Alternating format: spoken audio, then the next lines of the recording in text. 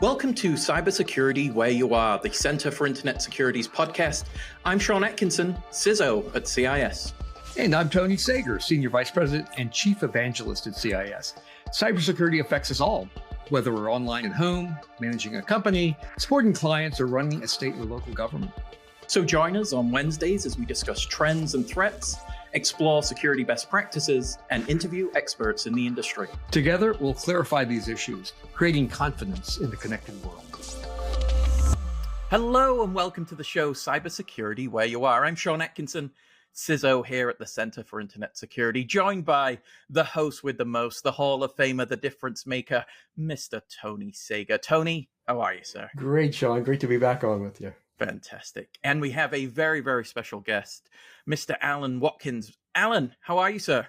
I'm doing great. It's good to see you both. Fantastic. Thank you. So, Alan, if you could, for our audience, just, briefly introduce yourself about roles you've had in the past and the current role of CIS Controls Ambassador. If you could walk us through that would be wonderful. That's great. One of many roles, obviously. So I was thinking I've got started in technology, I guess you call it, back in the late 70s. And cybersecurity, which wasn't cybersecurity back then, it was information security, actually, definitely in the 80s. I started, I worked for the city of San Diego for 36 years. 12 years, the first 12 years was actually in law enforcement, and came out of that into an IT position where I was an IT manager in the wastewater department for 18 years. And out of that, I jumped into the citywide IT department, and I was the infrastructure and infrastructure operations and security manager, sort of three major hats that I wore for the last 6 years.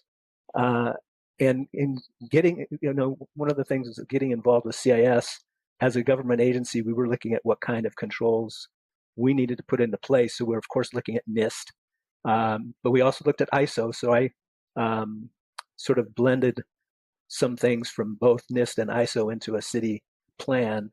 And then this other curious thing popped up, SANS 20 security controls.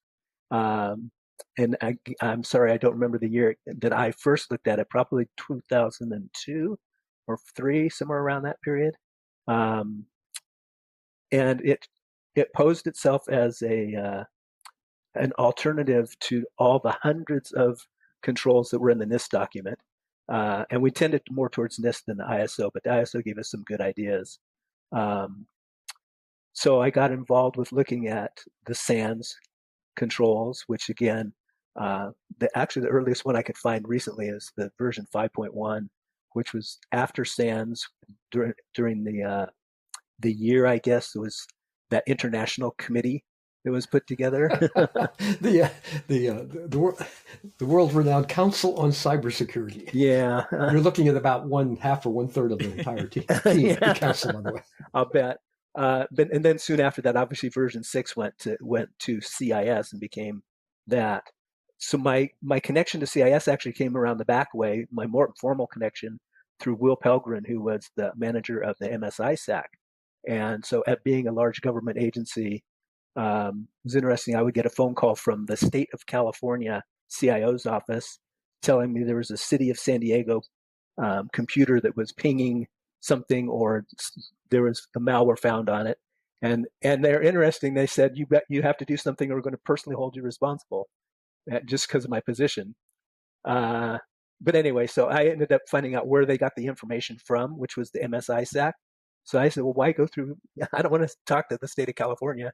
So I talked to Will, and they weren't taking cities as members at that time. They were only taking state government when they first started. But then I worked out an arrangement with Will that the SOC would contact me directly instead of going through the California CIO's office. So from that point, I found out that the MSI SAC was linked with CIS and the controls. So naturally, I just sort of jumped in on that. When I left the city, I went into private consulting. That's where I actually used the controls more because I would deal with small businesses. In addition to helping doing the updates from version 6 to 7 and version 7 to 8, I wrote a book in there somewhere, which was basically, it was how a small business can create a cybersecurity program using implementation group number 1 from version 7. And then I updated it to a second edition of the book to version 8. And my focus on small businesses, and Tony, you know Tony Krzyzewski from he's my buddy over in I always forget if it's Australia or New Zealand. Anyway, I believe, but yes, it is, yeah, a great guy and a great he is, friend. And so he and I sort of worked together on a couple of collaborations, and his focus as a small business was like less than 25 people, and the U.S. government defines a small business as having 500 or less, which is a lot of people. So my focus was like around 100 or less, or 50 or less. So. And even though I was consulting, my paid consulting was for larger contracts. I would give free like webinars or public seminars to small businesses and go and talk to them about what they could do to be cyber secure. And the iterations over the time talk about cyber hygiene and things like that. So it was just getting used to talking to the business and educating them about some simple things, because a lot of stuff is policy related. They don't have to spend a lot of money to get technology. So, and that's been my focus pretty much ever since. I've blended it into teaching. I've been teaching for National University online master's courses for cyber since 2012. And where I can fit it into the curriculum, I do. It doesn't always fit, but in several of the classes where we're looking at NIST controls or they actually look at ISO as well, I throw in CIS because it is a good alternative to, and whether it's a stepping stone to those others, or if it's just the end game for some businesses. But the students at least have knowledge now of another alternative as they're looking at what they're doing either for their career or for helping somebody else. So I guess my final position, in addition to being, before I was an ambassador, I was a CIS champion. They didn't have the ambassador program. So in 2016, I was a CIS champion, and then it became a supporter in 2018. And then I think in 2021, it became an ambassador or something like that. Well, your history with us is very rich and mirrors the evolution, of the controls and of the company. And I think you really caught the spirit of it, and one of the sort of key predecessors to that, as you said, early to mid 2000s was, at that time I was running the vulnerability analysis work in defense for NSA. So red teams and blue teams and crypto people, 0 days and all that. And just what I was seeing was failure at large scale. And it was frustrating to realize, well, I mean, these are solvable problems, but people are getting mired down in gigantic control catalogs and really complex documents and processes. And we're just struggling with, how do I get started? The term I used internally before the controls was the 80-20 of security. I'm a math wonk, right? 80-20 Pareto principle. And the idea was, can you build a good foundation and do it at low cost, rational cost, so that you can, and for lots of folks, and you talk about 5-person companies, right? They'll never be able to afford to have you on staff. They can maybe get a little of your time. Yeah, and they're not going to buy multi-$100,000 tools. They're not going to subscribe to complex threat feeds. And so, how do we help people get to that first stage? And that was really one of the key motivators that led us to here. And then, you're one of the prototypes, Alan, of the ambassadors, right? Someone who saw value and just on your own decided that this made sense. It was teachable. It was accessible for lots of folks. So we really appreciate that your pioneering work. We're just starting to really acknowledge it, through the ambassador thing. By the way, for the audience, ambassador doesn't mean we have fancy dinners and formal events. I've been in none of those. Exactly. This is still a nonprofit group working with lots of great volunteers, but we appreciate the rich history that you have with us. So again, it was interesting going through that champion, because it was a license agreement. Your legal team didn't have anything to deal with a it's not like I was going out and selling the CIS product or anything. I was selling the product as a freebie, more of an education to the businesses. So it took a couple months for the legal team to figure out how to put that into a document. No, that's a great point because again, for a period of time it was very informal, but there was there was a notion that we have continued through this day, which is work with volunteers, sort of community consensus, create content and give it away, and support the But I would say free labor is most effective with a professional infrastructure behind it. That's essentially what we provide. But the idea was to make the content wide, not only sort of understandable, but widely available, and not lock it behind paywalls and those kinds of things that would be maybe economically viable, but not in terms of the impact that you're trying to get. And so we had to kind of figure all this out. Like I don't know if you ever heard this story, Alan, but Clint Crichton, our employee number one, once said. And he had several careers before he came to CIS in 2000. But he said, Tony, I've never run a business where I give my best product away for free. I got to figure out how to make this work. Yeah. And, again, thanks to good fortune, smart people, and, great advocates like you, we have been able to make it work, I think, really effectively. Well, and the other benefit I see is the collaboration, international collaboration in developing them in the first place. We had a lot of really good discussions with Tony and I, but other people in other countries, and I'm glad to see recently that it's been expanding to a lot more countries than just even like a few years ago. Absolutely. Well, of the many careers that you've had, Alan, absolutely fantastic. It's author, professor, officer, champion, supporter, and I'd stick with champion. I want to be a CIS champion. That sounds. That was the original one. Yeah, I like that one. Yeah, that was good. But when just for the community, the audience, what is a CIS Controls Ambassador? What are you involved in? What do you actually do in that space? Well, I include being involved in helping develop like the updates for the controls, because to me that's critical that they've got.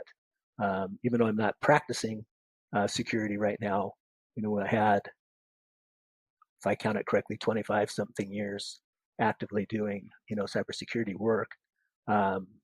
Maybe not 25, maybe closer to 20, but still. So first of all is contributing to the control definitions and the guides. I think it's important to have those guides that are out there for implementation. But more to me, the ambassador it's like a government ambassador. It's to represent, in this case, CIS as a viable option for organizations to take a look at developing necessary security. So, and again, like I said, my time, my paid consulting time was usually large projects, and my CIS time was small conversations with small businesses. And I would work through, I'd go to like the local chamber of commerce or the Better Business. I tried the Better Business Bureau actually a couple of times and was shuffled off to a few different places. But I did have some good conversations with, and I can't remember his name now. He was one of the directors in Washington, D.C. for public information for them. And so he and I worked maybe together for about a year, and we put together a couple things. But getting out there, and again, I've got this heart for small businesses, as I was one myself,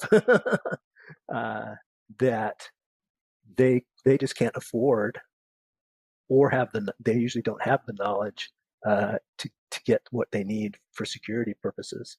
I give an example. A few weeks ago I can't remember who I was discussing it with, a local dry cleaners.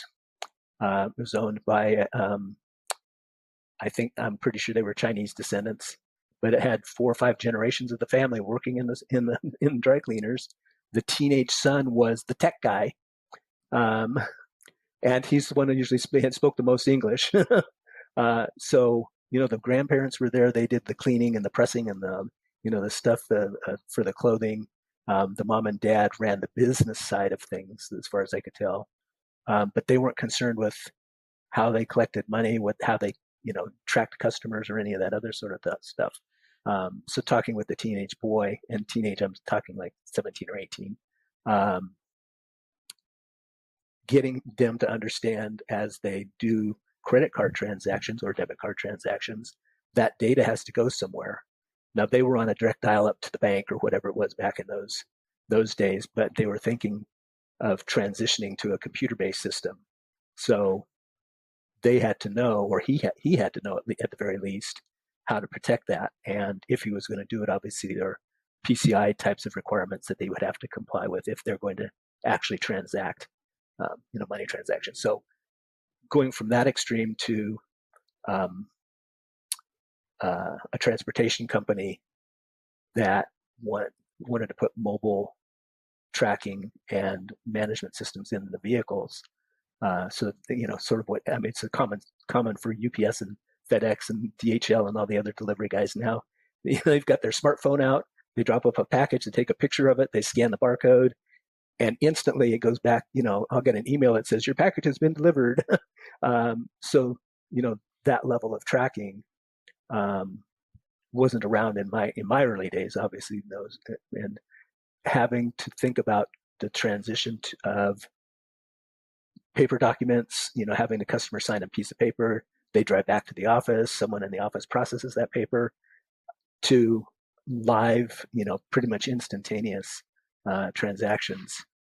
But those are big companies, and they do have IT infrastructure and they have security. But the mom and pop local delivery folks wouldn't have that.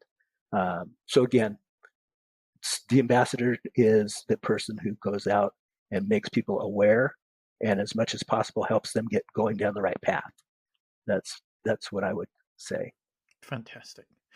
We're going to take a quick break, but we'll be right back to look at some of the delve into the story, really review the considerations if anybody else is thinking about becoming an ambassador, and also learning about the CIS Controls community. So we'll be right back. Think your cybersecurity is reasonable?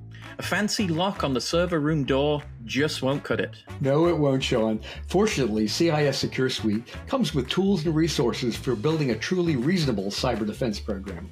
And you can test it too. Membership helps you evaluate how solid your defenses are using risk quantification. That's key for complying with U.S. state data privacy laws and proven you've taken the right steps if a breach occurs.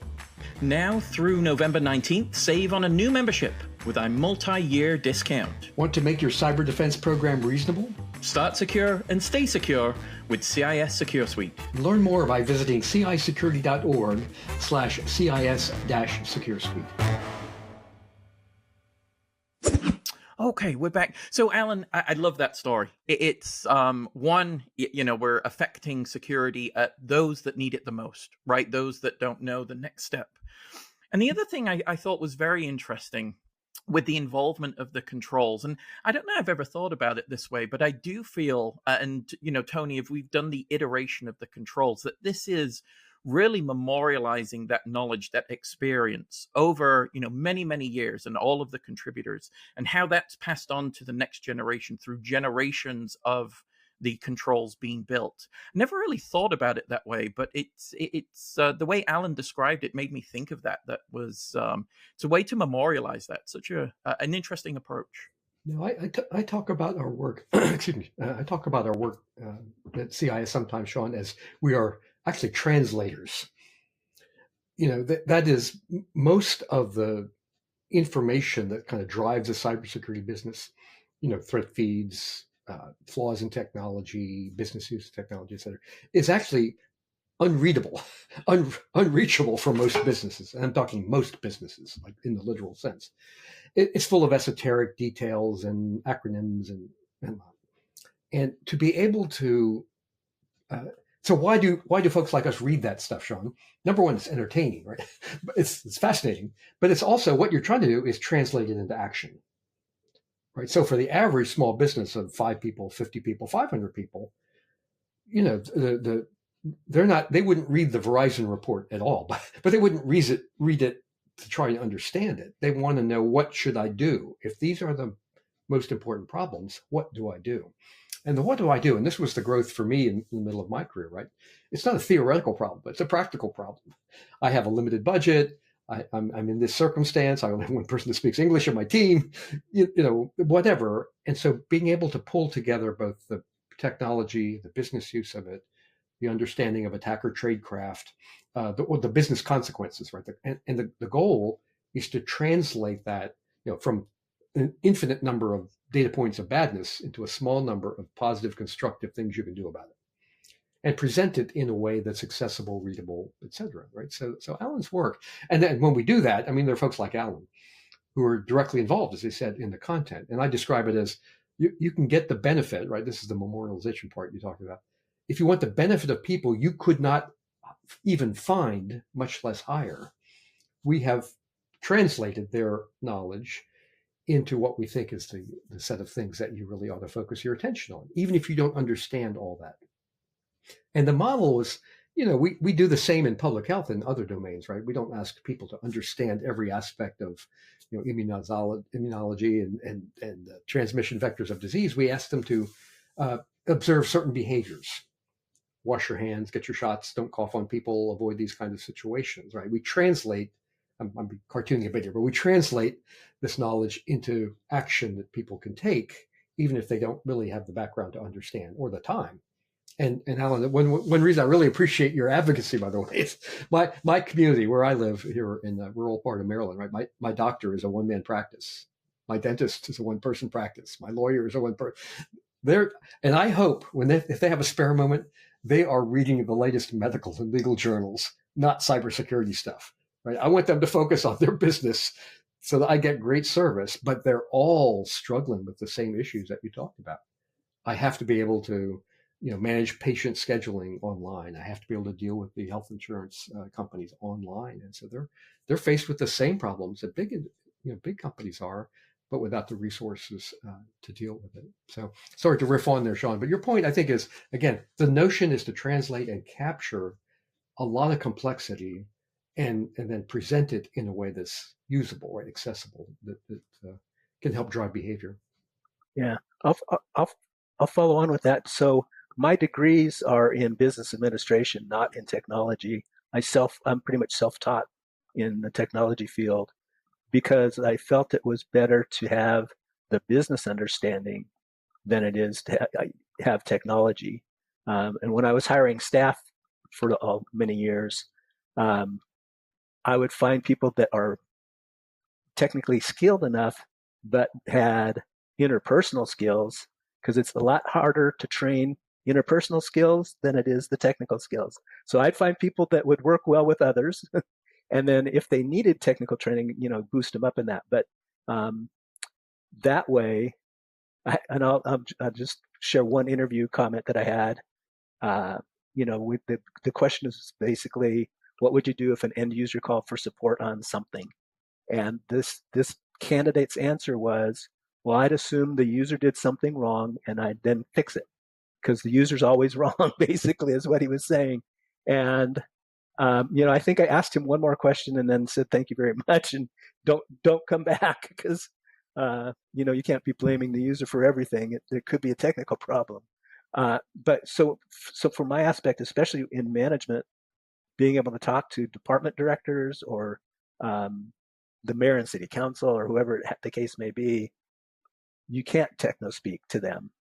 So my staff, I had really good technical staff, and we would have technical discussions, and then I would go up to either horizontally or vertically up to whoever the customer was in the city departments and give them the business speak of what we're trying to do from the technology side of things. And for the small business, even more important, I think, is how do you relate the business success to having that core cyber hygiene? That was the focus, cyber hygiene. You only need to do these 10 or 20 things to be, mostly safe. If you want to be more safe, you do, additional things. But what does it mean when you put in a firewall? What does that mean for the business? Not how to do it, but how does it impact the business? So I think being able to do that translation to the business side and definitely don't bring in the technical side unless they ask for it. I can tell Sean feels your pain because that's his work as CISO for a security company has a lot of that keeping us out of the minutia, the deep technology. But at the end of the day, it comes down to risk for the company, right? The decision making that we have, and where do we invest, and all that. And you just revealed, by the way, to our audience, Alan, this is like you're supposed to, hold the secret for all of us here that this is job security. We need to flood people with esoteric technical details. That keeps us employed. Folks like you are like destroying the myth here. You're being practical. Yeah. So the other thing that you didn't mention, Tony, was the communities in the CIS that use the CIS workbench, and there's a lot of discussion in between iterations of the controls coming out. Lots of discussions on benchmarks, the risk management aspect of it, policies and the template policies that you put out. All of that with broad community, input has really helped also. No, that's a great catch, Alan. It is. Again, it's the community building that's really important, and the expertise. And what makes our business model successful, right? Is this industry, and this is not a secret. The industry is full of incredibly talented people who care about this stuff, who want to see a safer, more confident world, and are willing to put their time into it. And in some ways, we just provide a mechanism that allows that to happen. But yeah, those are incredibly rich discussions, and as I'm sure right, we're chewing on the ideas for version 9, and a lot of those ideas are popping up in these conversations among our volunteers on Workbench, our social media platform. We're again, part of this is how do we pull all that into coherency and translate it into action that the vast majority of people can understand, can afford, can take to help them with this. Absolutely agree. Now, Alan, for those considering volunteering or putting their thoughts and efforts into the program, what would you recommend to them? What if someone's considering volunteering or even getting to the level of being an ambassador with their contributions to controls and different elements that we have here at CIS? What would be some points you would recommend to them? Well, first, get involved in the Workbench communities. That's probably the core place where they're going to get ideas or be able to share ideas. Promote what they know about the CIS controls. So part of it, for me, it wasn't really a long learning process because it started so long ago, and there wasn't a lot of competition of other types of control mechanisms out there except for NIST and ISO. To be honest, I looked at COBIT and COSO and a few of those other, I'll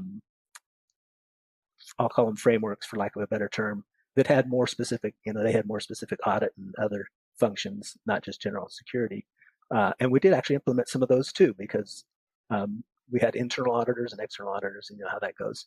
So taking, part of it's just having a willingness to share their knowledge. And to me, the place to start would be those communities in the Workbench, or as Tony said, on the social media side of things. But seek out ways within their local community, so their physical community, where they can help other businesses and not worry about revenue streams and things like that. And I think the volunteer part of it is a key aspect of it. So you don't expect return other than maybe someone actually successfully implementing some of the controls that they help them with. Because I don't, I go out looking for offering simple solutions if I can provide them, and making a connection with the business owners or other people in the business to help them do their business without interrupting or slowing down their business. Because that's the other big fear, like Tony said, that budgets, they're focusing on their medical practice, their law practice, their dental practice, their dry cleaning practice, and they're focused on having an income stream from that business without sidetracking off onto something they don't really know about. I think they care more about it now because it's in the news so much. But they only care about it at the business level. They don't care about it at the low specific what is it really how is it going to impact me? And you do go out and, I don't do the FUD expressions anymore, but you do need to tell them it's not a matter of if, it's really a matter of when something will happen. And small businesses have always been on the rise as targets because of the fact that they don't have the controls that the big companies have. So when those cyber crooks find a small business that's online, they're going to try and do what they can, to disrupt it or steal from them or something. So they do need to be aware of that aspect of it. But again, getting involved with the community, both the online community through CIS and their local community, to me is the best way to reach out and not necessarily even to become an ambassador, but just to be helpful for the community, and then maybe you become an ambassador out of that. And I think, Alan, so whether champion, but advocate, ambassador, folks like you already were that long before we named that. But you were doing those things just because of the person that you are and your professionalism, but also your concern for your neighbors and small businesses and so forth. So everyone that I know who's under this program, yes, was that person first. And we looked around and go, maybe we should call them something. Maybe we should send them nice things, or talk about their work, or encourage, or provide them with content, or whatever, because the role that folks like you have played is just extraordinary. And again, it's driven by your concern for your neighbors, for small businesses, for the importance of technology for us as a society, and the need to have more confidence in the way things operate. So again, good on you, and I think it's great that we can recognize that. Yeah, part of my impetus was back in 2010. There was an organization, nonprofit, called Securing Our E-City, which was a public-private, I want to call it a partnership, but as a conglomeration of over 300 businesses and government agencies in the San Diego region, that their focus was how to get cybersecurity out to the masses, and especially the small businesses. So that's where that was my first contact going out to small businesses, was through that group. Wonderful. Wonderful. Well, Alan, we could go on for hours. I mean, your experience and everything that you've done throughout your career and continue to do, absolutely phenomenal. A big thank you, obviously, from CIS, myself, and Tony, and really the community as a whole. Your work obviously contributes to making those. Again, I think the adage was, Alan, you can lead a business to the controls, but only hope that they implement them. But still, those that do, I mean, just a big thanks for everything that you do and continue to do. It's tremendous to see, and is an inspiration for many that will listen to this and really benefit from your work and your continued contribution. So thank you so much. I hope they do. Yeah, thank you for having me. It's been great. Absolutely. And thank you, Tony, for everything that you do as well, sir. I always appreciate it. All good. Right back at you, Sean. Thank you, sir. And thank you to our audience for listening. Remember to subscribe in all the usual ways with your preferred podcast provider. Catch us on YouTube at the CI Security. Questions, comments, concerns, podcast at cisecurity.org. And with that, we'll talk to you soon. Thank you for listening to the podcast today. The thoughts and opinions expressed by our podcast guests are solely theirs and do not necessarily reflect those of CIS. Tune in on Wednesdays for a new episode. And in the meantime, visit our website at cisecurity.org. Together, we'll continue our efforts of creating confidence in the connected world.